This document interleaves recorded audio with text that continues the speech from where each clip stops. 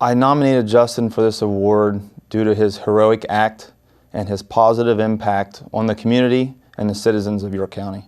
Justin was dispatched to the area of Hamilton Avenue and North Beaver Streets in York City for a report of shots fired.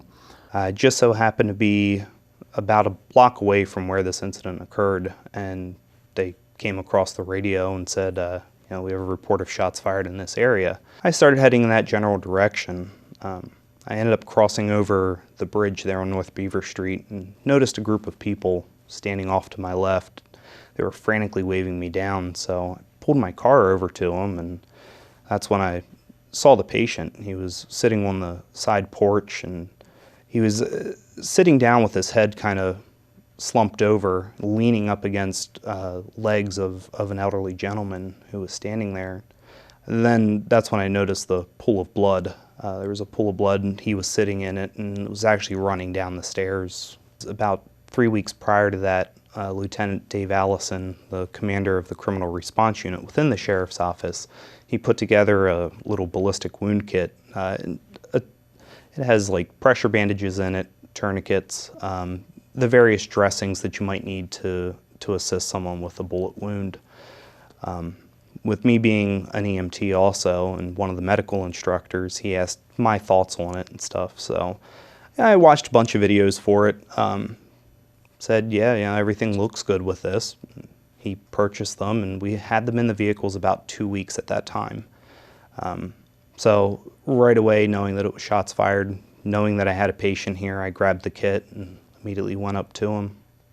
I noticed that one of the bystanders there said that he was shot in the neck, so I moved his head a little bit to the side and noticed there was a large bullet hole right in the middle of his neck. It wasn't bleeding at the time, so my assumption was he had no heartbeat. Usually if you have an open wound and your heart's beating, you're going to have blood pouring out. So my first thought was, let's get this hole patched up, and then we'll move into CPR. I took the bandage apart, unwrapped it, as I said, and placed it over the hole. The hole just so happened to be right on his neck that I wasn't at first sure where I wanted to tie it off to, so I just kind of wrapped it under his armpit and pulled it tight. And as I was pulling it tight, I still had my finger inside the bullet wound on top of the pressure cup.